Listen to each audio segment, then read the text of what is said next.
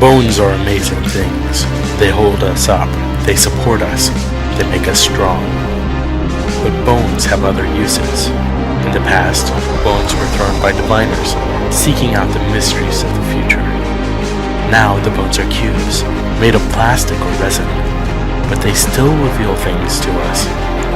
As they fall from our fingers and rattle across the table, the story becomes clear. Welcome to Bone Throwers Theater, an RPG actual play podcast. Hello and welcome back to Bone Throwers Theater. This is Johnny. This is Jeremy. This is Jeff. And this is Aaron.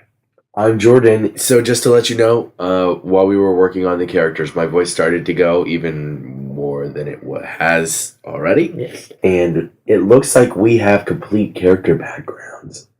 I can't talk. Jordan's cold's getting the best of him. It's late. It is late. So I'm going to go ahead and throw it over to Johnny to get started. You're the master of ceremonies for this. Alrighty. Jordan will chime in, but when he needs to. When I can. So, speaking of Chime, that will be my character name. I'm playing a peace-loving innate. My character's name, of course, as I said, is Chime. I work as a reintegration officer, helping soldiers who have been forced into the military for North Barsara as they are leaving the military and going into their adult world. Because one thing we sort of said off mic is that North Barsara has sort of a period of mandatory public service. About 4 years of mandatory public service. Yeah. Starting when you turn 18. A little bit of background about my character.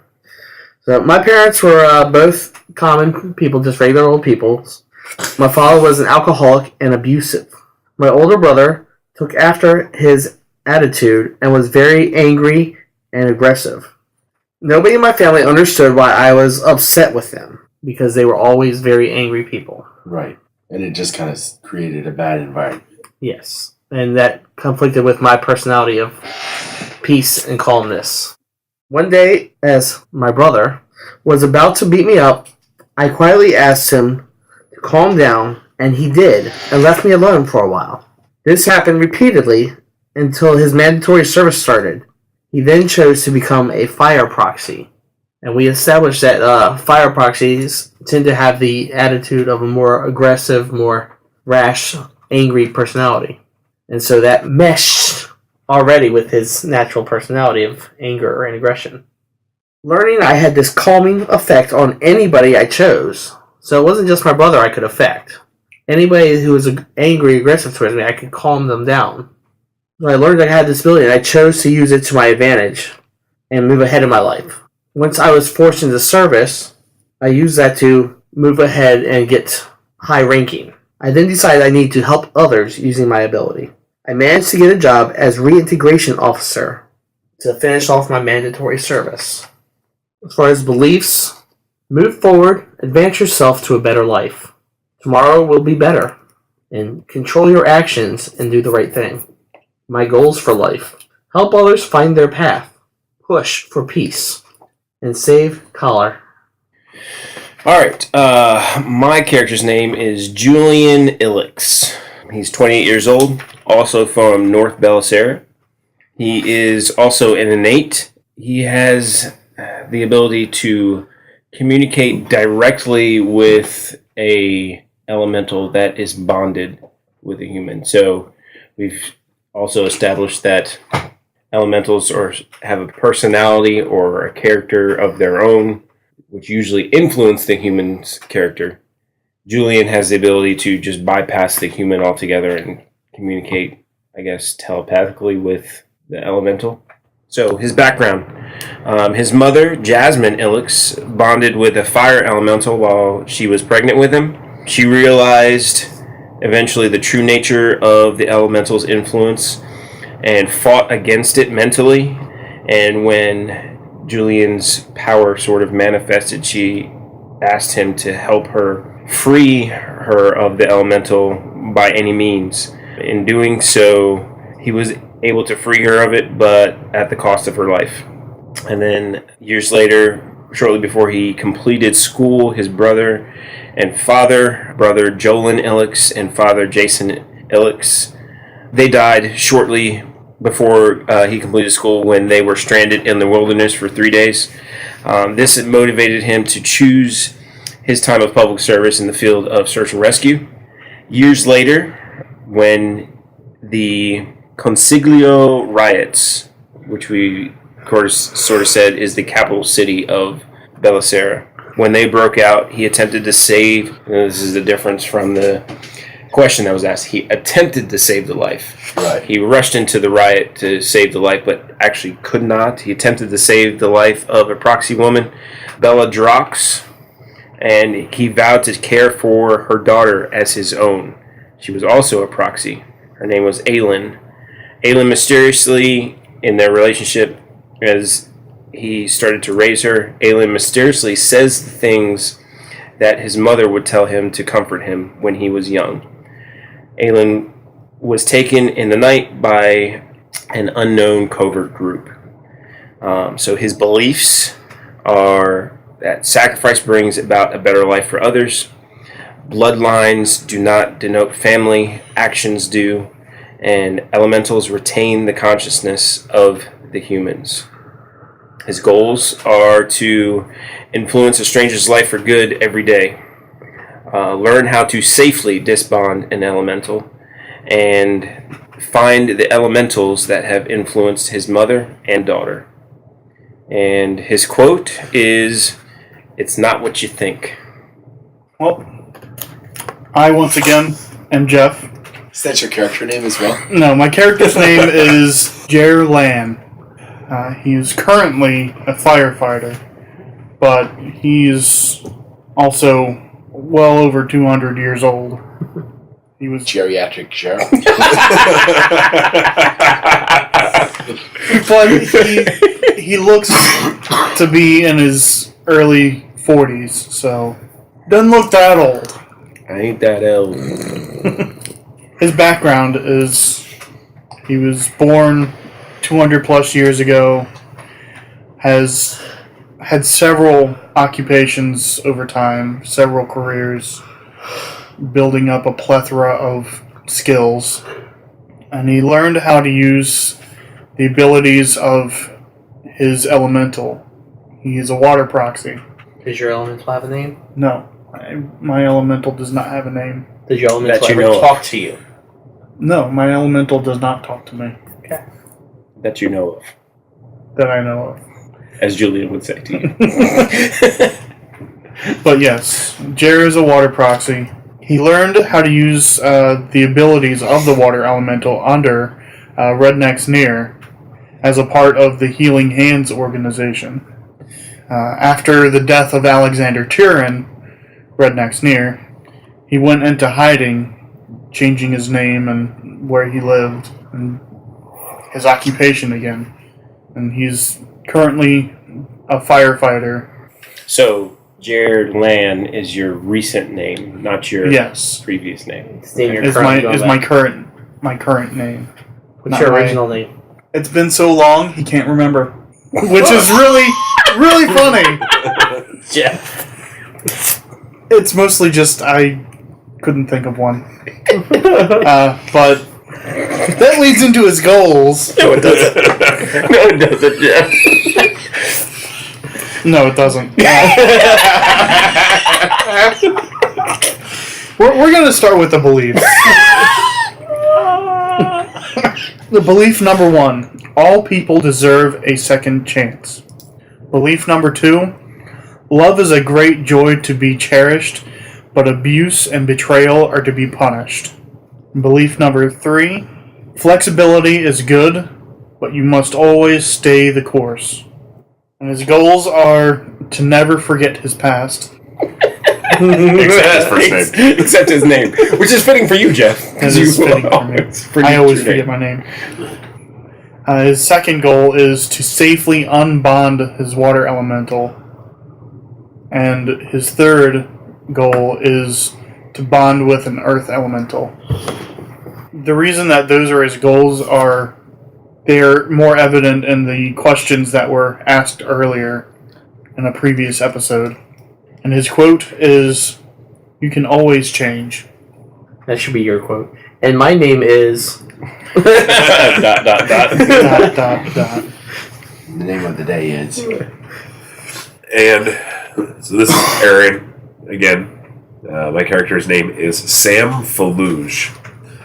Sam is recently separated from her time in mandatory service, and everyone thinks she's a man. It's the beard.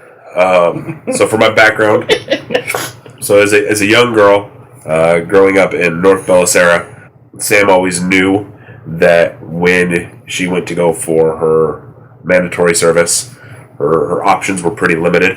Either going in as a water proxy and serving in the healing corps, or serving as a secretary in a governmental office.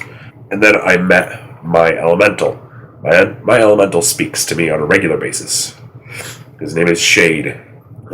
He taught me that I could be to everyone else around me whoever I needed to be. So I became Sam. At that time, I was able to enter the espionage corps with my elemental's assistance. During my time, my 4 years, I kept my head down, did everything I could not to be a target to keep people from being suspicious, and it also caused me to become a bit of a pushover. I agreed to anything anybody wanted me to do. What kind of elemental do you have? Air elemental. Another question. In intelligence, were you ops or were you analytics? Technical ops. Okay. Technologically recovered devices and working on those. So you said people think you're a man. How do you disguise yourself? So Shade actually gives me the ability to change my appearance to everyone around me, as well as my voice.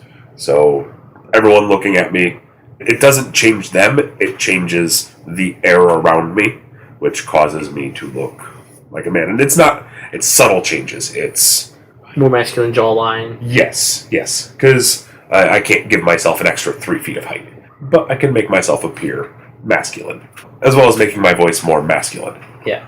So nothing dramatic. I can't make people see fireballs coming out of my eyes, but enough subtle changes that I appear to be male. So now I recently finished my service, and part of that is an investigation has been started on me to make sure my service was kosher. So Before they let you leave. Yes. My beliefs. My first belief is that I can be whatever you need me to be. My second belief is all good work happens after the sun goes down. My third belief is that there's no difference between common and proxy. Innates, on the other hand. Now, here's the thing I just thought of while you were saying, because Jeff's saying his elemental never talks to him. What if you are an innate that has bonded? That's the reason you can hear your elemental. No, but the innates can't We already bond. said the innates Innates can't bond. It also could be I'm crazy. Could be. It could be. I'm leaning more towards that. I mean, it's likely that I'm just broken and I'm hearing voices from my air elemental. We'll figure that out. That means how crazy is Julian? Oh, because you actually do. Unless maybe our elementals never communicate directly with. I would imagine that different elementals of different types Have different abilities. different personalities. Yeah. Well, yeah. Okay, so my goals. My first goal is that I need to remove all traces of who I used to be. Partially because I need to become a new person now that I'm separated, so that way I can have a life as well as that investigation that started. Established during the questions is that I have a secret love who is a common, and one of my goals is to get my love to bond an elemental. So trying to convince my lover to have a bond. And then my last goal is that one of the problems is that I've become a bit of a pushover, and I'm attempting to learn to be assertive in a healthier way. Cool. We sort of established that we are, at the moment at least, operating out of North Belisara. Yes. So we come up with a couple things sort of about that structure, that social governmental structure. It is ruled sort of by this Ruling council. ruling council. We sort of call it like the Grand Council, but no one actually knows who is on the Grand Council. And that's the reason we picked the name Consiglio as the capital city, which apparently is Italian for Advisor. Advisor, Yeah. which also has references to mafia. Yeah. Yes. Consigliere is a advisor to the Don. Yeah. So we thought that had some interesting aspects to it. Mm-hmm. That's actually how it got me on track of choosing the name from me and my brother. Is Chime is synonym for peace and harmony. Mm. Yeah, and an interesting fact that realize we're stumbling on some names that have some meaning.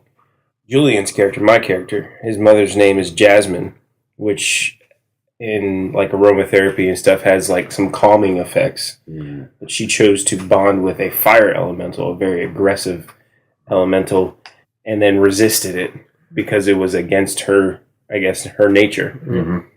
That's something that we hadn't talked about before, how names affect people in this world. Mm-hmm. So that's an interesting thing to play around with and could lead to some interesting things because it sounds like it's a culture that the name is chosen because it reflects who the person is on a certain level. I think this is the least amount of talking I've been able to do on a podcast. Yes. Well, just like my brother, Collar, it's synonym for anger. Right. Anger. He allowed that to drive him even further Mm-hmm. by going with a fire elemental. All right, guys. Well, I think it's going to be a short podcast this week because that's pretty much all we have to cover. At this point, yes. I think so. And next week, we'll be getting started with the main storyline. So stay tuned. Thanks for joining us. Hope you enjoy this adventure as much as we're going to. Yeah, absolutely. Join us next week. Thank you for listening to Bone Throwers Theater. Our cast is Aaron, Jeff, Jeremy, Johnny, and Jordan. We are releasing this podcast under a Creative Commons Attribution, Non-Commercial, No Derivatives 3.0 Unported license. That means that you can share the podcast, but please do not modify it or try to gain financially from it. If you would like to visit our website, you can do so at bonethrowerstheater.com. If you would like to send us an email, you can do so at bonethrowerstheater@gmail.com. Our Twitter handle is @bonethrowerstheater, and also you can look us up on Facebook. And until next time, may the bones fall ever in your favor. This has been a Nerd Circle podcast production.